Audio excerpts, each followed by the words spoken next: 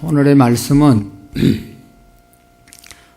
이 나병 환자, 이 레위기는 어떤 책인가, 어떤 책이라고 그랬습니까? 레위기는 하나님께 나가는 길을 알려주는 책이다 그랬어요. 우리가 이제 연초가 되면 성경을 읽는데 창세기 읽어보면 재미있는 얘기도 있고 창세기는 잘 읽을 수가 있어요. 그런데 출애굽기도 역시 잘 넘어가고, 근데 레위기에 오면 완전히 레위기가 돼가지고 이제 이게 잘 안 넘어가는데, 사실은 레위기 뜻을 알면, 내용을 알면 레위기가 제일 중요한 겁니다. 앞에 창세기, 출애굽기는 어떤 재미있는 얘기로 기록되어 있지만, 이 레위기는 정말로 하나님을 만날 수 있는 그러한 것을 알려주는 그런 책이거든요. 그러니까 이 레위기를 우리가 잘 연구하고 또 공부해서 하나님과 늘 함께하는 삶을 살아갈 수 있어야 합니다. 그래서 이 레위기 우리가 앞에서 여러 번 했는데 1장부터 7장까지 내용은 하나님께 나가는 길, 그 방법 중에 하나가 제사를 통해서 나갈 수 있다. 그래서 하나님께 나가는 방법은 제사, 하나님을 만나는 방법은 제사였습니다. 오늘날은 뭐예요? 예배. 천하 없는 사람도 예배를 안 드리면 하나님을 만날 수가 없고요, 우리의 신앙을 유지할 수가 없고 하나님과 동행할 수가 없습니다. 그러니까 여러분, 예배를 정말로 이 목숨을 걸고 지키지 않으면 뭐 어떤 직분을 가졌든지 마찬가지예요. 예배 안 드리면 믿음이 떨어지는 거죠. 하나님과 멀어지는 거죠. 그러나 예배를 드리면 회복이 되는 겁니다. 하나님의 은혜를 받는 겁니다. 그러니까 여러분, 예배의 자리에 항상 있으시되 이 5가지 제사의 요소, 첫 번째는 번제, 온전한 제사, 또 소제, 최선의 제사, 그 다음에 화목제, 서로 화목하고 화평하고 감사하는 마음으로 드리는 제사, 또 내가 알지 못하는 죄까지도 올려드리는 속죄 제사, 또 내가 다른 사람에게 피해를 입힌 것은 보상하면서 드리는 속건 제사, 이 5가지 제사의 정신으로 예배를 드리면 하나님과 늘 함께 할 수 있는 겁니다. 그래서 여러분, 이 예배를 정말로 잘 드리셔야 됩니다. 예배를 잘 드려야 되는데 새 가족들이 본받을 수 있는 모델이 있어야 되거든요. 모델. 셀리드들은 그 모델이 되어주시고, 권사님들은 그 모델이 되어주시고, 장로님들은 그 모델이 되어줘야 된단 말이죠. 개척교회 하면서 어려운 거는 이 모델을 만드는 게 어려운 거예요. 모든 것이, 이게 지금 컵도 본을 따가지고 이제 본이 있으니까 요대로 딱 이 재료만 부으면 이 컵이 딱 나오잖아요.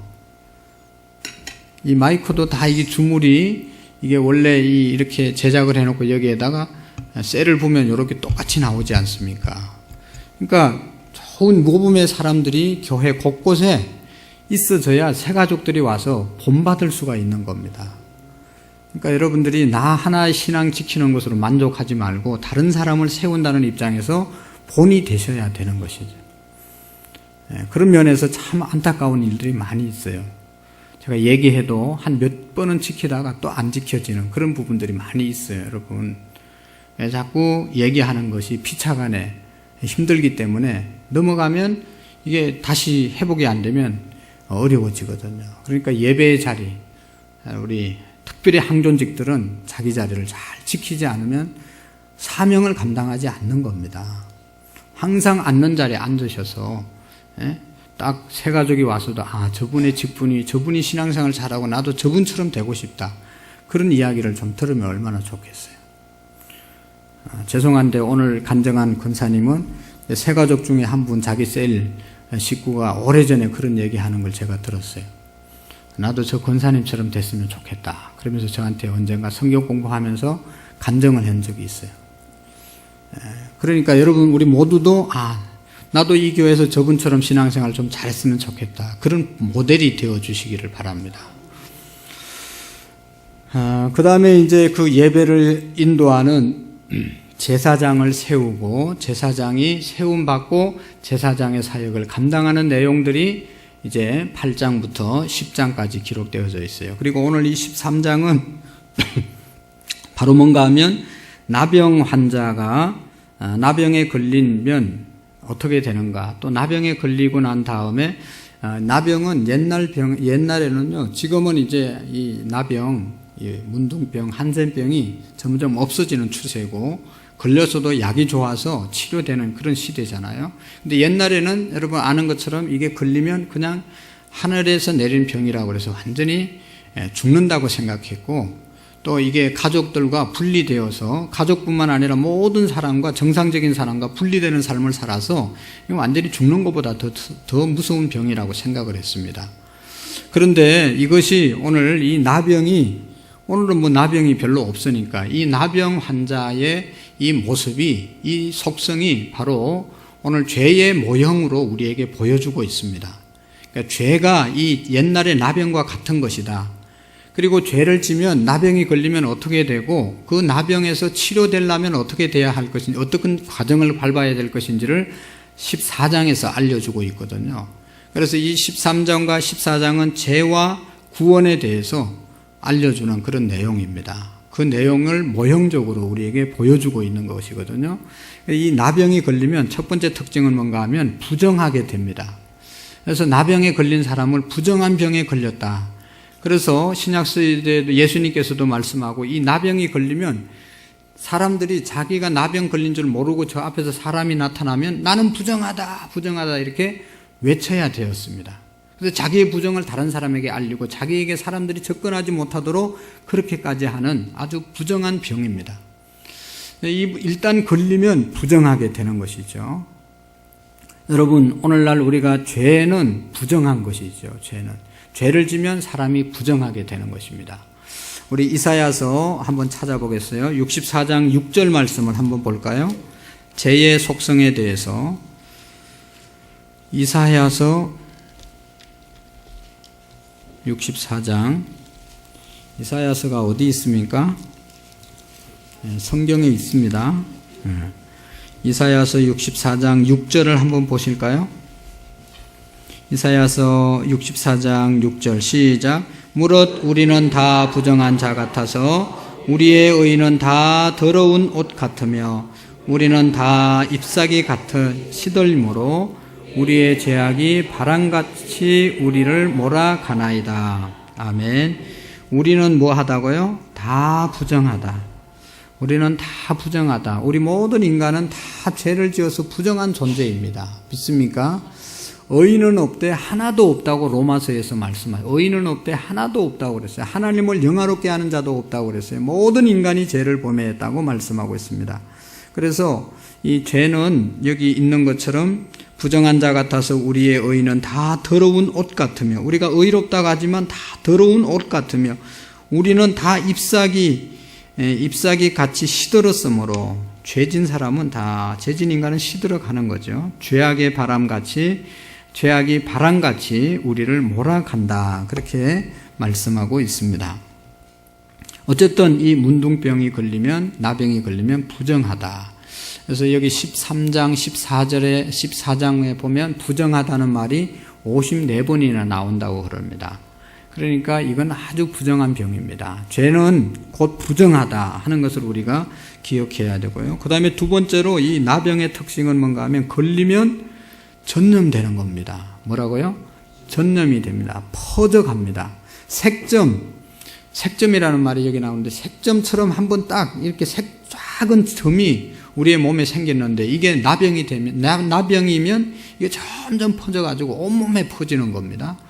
내 몸에만 퍼지는 것이 아니라 이게 다른 사람에게도 번지는 거예요. 전염병입니다. 그래가지고 걸리면 이게 퍼지기 때문에 다른 사람, 가족 또 다른 얘기했죠. 출애굽할 때 있었던 일이기 때문에 그 600만 명 중에 한두 사람이 걸리면 그게 순식간에 퍼져가지고 다 죽을 수 있습니다. 그래가지고 격리를 시키는 겁니다. 그러니까 이것은 이 나병의 특징 중에 하나는 번지는 데 있습니다. 전염하는 데 있습니다. 여러분 죄의 속성은 어때요?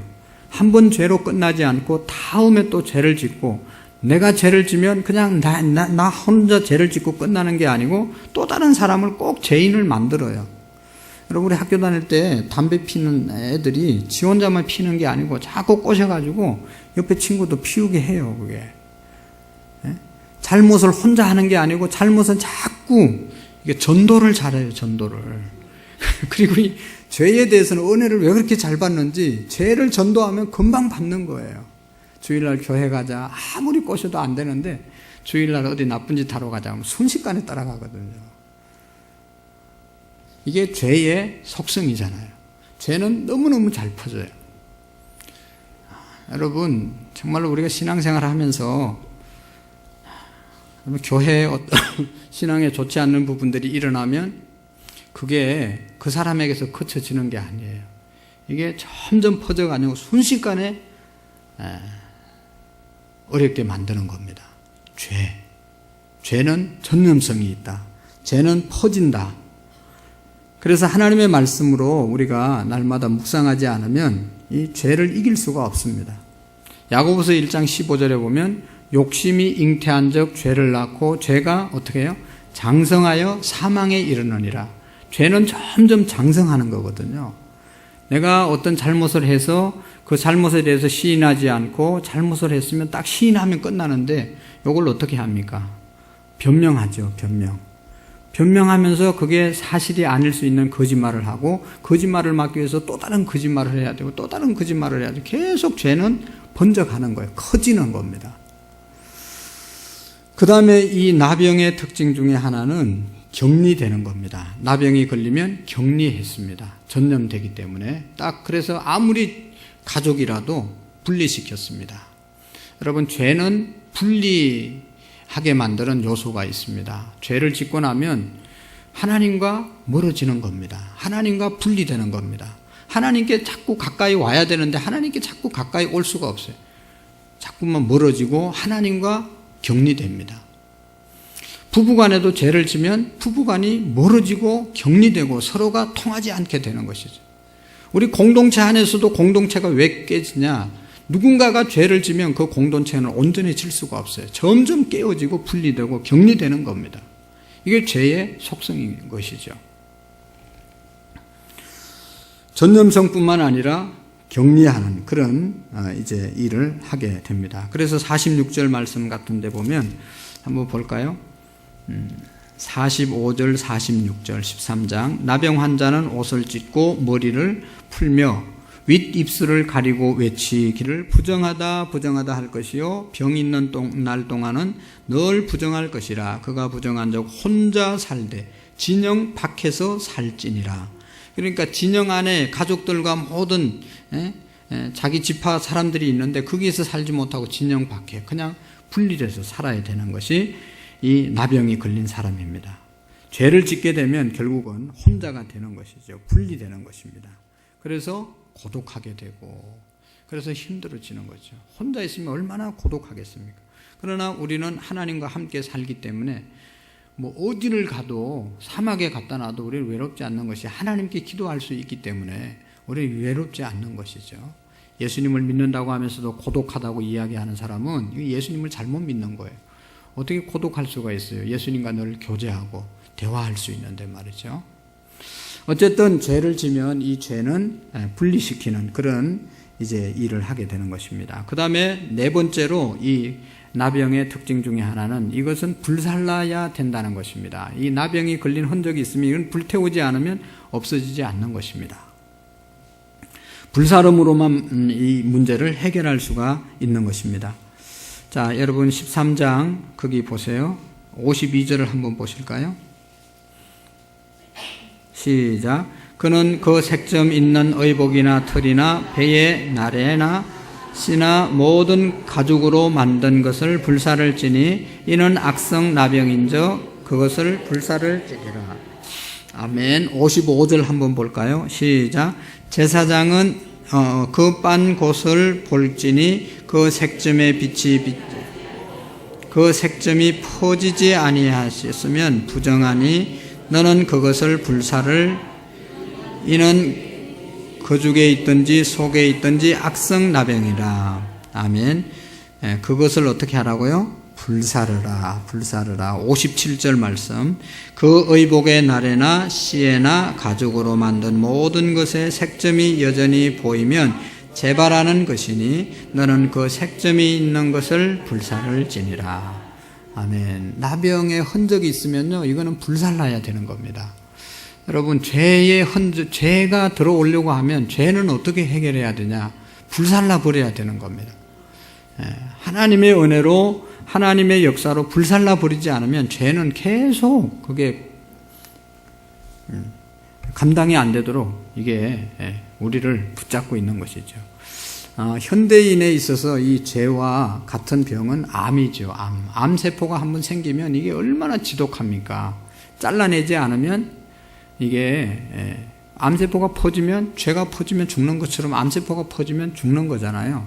그러니까 잘라내고 또 이제 안 생겨야 되는데 이게 절단을 했는데도 불구하고 또 생길 수 있으니까 그게 방사선을 하고 뭐 이렇게 항암 치료를 하고 그래가지고 암세포가 살지 못하도록 계속 치료를 하는 것이죠.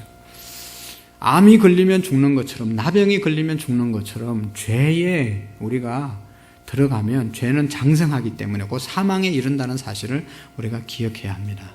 그러나 희망적인 것은 이 13장으로 끝나는 게 아니라 나병 걸리면 죽어서 끝나는 게 아니라 사는 길도 있었다는 것입니다. 그래서 14장은 어떻게 하면 나병에 걸렸을지라도 다시 살아날 수 있는가, 희망이 있는, 소망이 있는 그런 장이 바로 14장입니다. 그래서 우리도 죄를 지었어도 죄 짓는다고 죽고 끝나고 지옥 가는 게 아니고 다시 구원의 길이 있잖아요. 그 구원의 길이 바로 예수 그리스도를 통해서 구원을 얻게 되는데요. 14장의 말씀은 바로 그래서 여기 보세요. 14장 환자가 정결되게 되는 날의 규례, 환자가 정결하게 되는 날 있는데 그때 이런 규례를 하라는 것입니다. 첫 번째로는 나병이 깨끗해지려면 이 제사장이 찾아가야 됩니다. 나병 환자는 진 바깥에 있기 때문에 진 안으로 들어올 수가 없어서 제사장이 나가서 진단을 해줘야 됩니다. 보니까 옛날엔 걸렸는데 이제는 치료됐구나. 제사장이 인정을 해줘야 이 사람의 병이 나은 것이 되는 겁니다. 누가 찾아가야 된다고요? 제사장이 찾아가서 인정을 해줘야 됩니다. 오늘 우리의 죄를 해결하기 위해서 예수님이 찾아오셨잖아요. 예수님이 우리 마음속에 찾아와야 해결되는 것입니다. 히브리서 13장에 보면 영문 밖으로 예수님께서 오셨다고 그랬어요. 우리 인간의 죄를, 우리를 구원하기 위해서 영문 밖에 나오셔서 죄를 위해서 예수님이 고난을 받으셨다고 그랬어요. 그러니까 우리에게 찾아오신 예수님을 영접해야만 우리의 죄가 해결되는 것입니다. 예수님이 우리의 마음속에 임하셔야 죄가 해결될 수가 있습니다. 그 다음에 여기 보십시오. 4장. 그래서 2절에 보시면 그런 말씀이 있습니다. 나병 환자가 정결하게 되는 날의 규례는 이러하니 곧 그 사람을 제사장에게로 데려갈 것이요 제사장은 진영에서 나가 진찰할지니 그 환자에게 있던 나병 환부가 나았으면 하고 이제 제사장에 알려줘야만 되는 겁니다. 제사장이 찾아가야 되고요. 예수님이 찾아와야 우리의 죄가 해결되고 그 다음에 두 번째로는 거기 4절 말씀부터 보시면 4절 5절에 보면 제사를 드리라고 그랬어요. 속죄를 해야 됩니다. 자기가 이제 정결함을 받기 위해서는 이제 새 2마리를 잡아서 하나님께 1마리를 이제 올려 드려야 돼요. 자기의 죄값을 치루어야 그 나병으로부터 깨끗함을 받는 것입니다. 우리가 죄를 지었으면 예수님을 영접할 뿐만 아니라 자기의 죄의 고백이 있어야 되는 겁니다. 하나님, 내가 이런 죄를 지었습니다. 하나님 앞에 고백을 해야 용서함을 받는 겁니다. 예수님이 아무리 내 마음속에 우리에게 찾아왔을지라도 내가 지은 죄에 대해서 회개하지 않으면 그 죄는 그대로 있는 겁니다. 내가 예수님의 이름으로 예수님의 보혈을 의지해서 회개하고 또 사람에게 지은 것은 보상을 하고 그러면 그 죄로부터 자유한 것이죠. 그 다음에 세 번째로 또 죄가 자유함을 받기 위해서는 거기 8절의 말씀을 보세요. 세 번째로 해야 할 일이 있습니다. 정결함을 받은 자는 그의 옷을 빨고 모든 털을 밀고 물로 몸을 씻을 것이라. 그리하면 정하리니 그 후에 진영에 들어올 것이나 자기 장막 밖에 일에 머물 것이요. 아멘.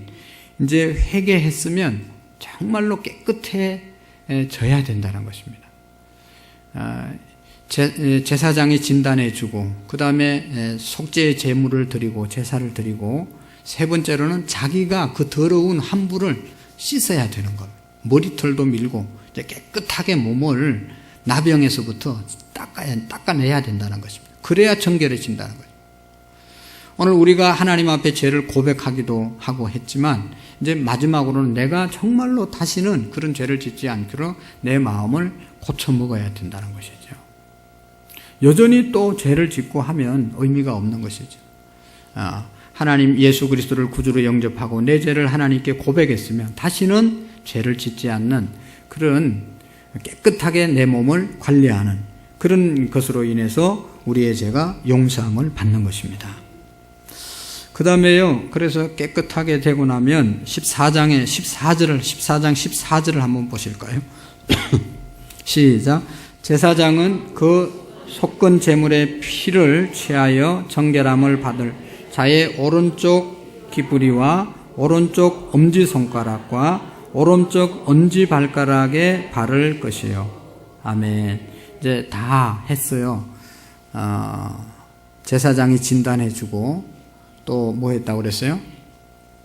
제사를 드리고 세 번째로는 자기 몸을 깨끗하게 닦고 그리고 나면 이제 깨끗해졌잖아요.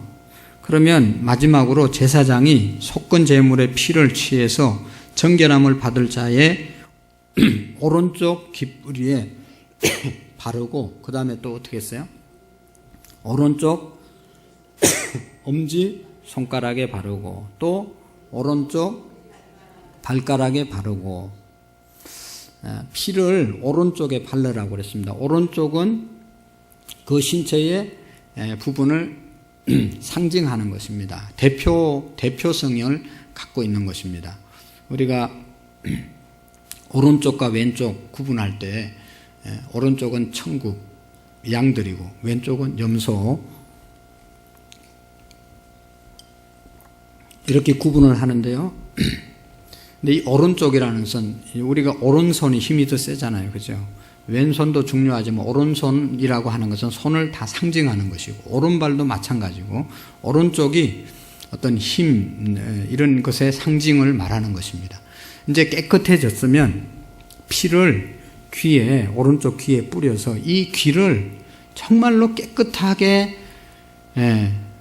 씻음 받은 그런 사람으로서 그런 소리만 듣고 살아야 된다는 것이죠.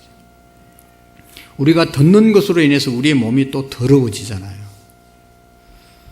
여러분 오늘 설교 듣고 나가다가 온갖 지저분한 얘기 들으면 또 우리의 마음이 또 우리가 또 죄로 그냥 들어가기가 쉽습니다. 그러니까 듣는 것을 이제는 귀에 피를 뿌리고 아무거나 들으면 안 된다는 것이죠. 듣는 것을 구분해야 된다는 것입니다. 이제 제사장을 통해서 우리가 예수 그리스도를 통해서 깨끗함을 받은 구원받은 하나님의 백성들 듣는 것을 우리가 주의해서 들어야 되는 것입니다. 구분해서 들으셔야 되는 겁니다.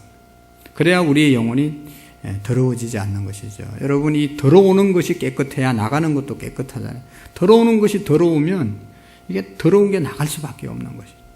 그래서 이제 귀에는 우리는 다 여기 뿌려야 되는 겁니다. 찍어야 돼요. 예수 그리스도의 보혈의 피로 우리의 귀를 구별해야 되는 것입니다.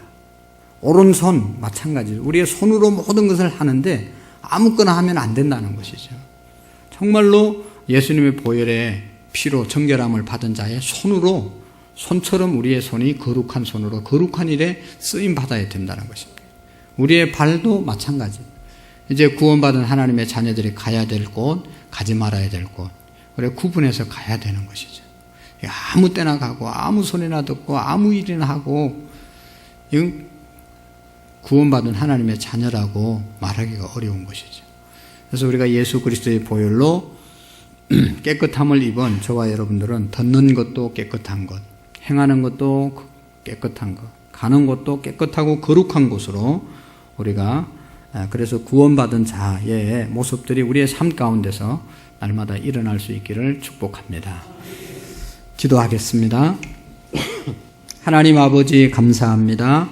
오늘도 하나님께서 나병 환자가 우리의 죄의 모형으로 보여주었는데 우리가 이 죄의 속성을 잘 알고 또 예수님 안에서 우리의 죄가 해결됐음을 깨닫고 죄의 문제를 해결받은 사람으로서 듣는 것과 행하는 것과 우리가 가는 곳을 구분해서 갈 수 있도록 도와주옵소서. 그래서 정결한 하나님의 사람들로 우리 모두가 세워질 수 있도록 도와주옵소서. 예수님의 이름으로 기도하옵나이다. 아멘. 옆사람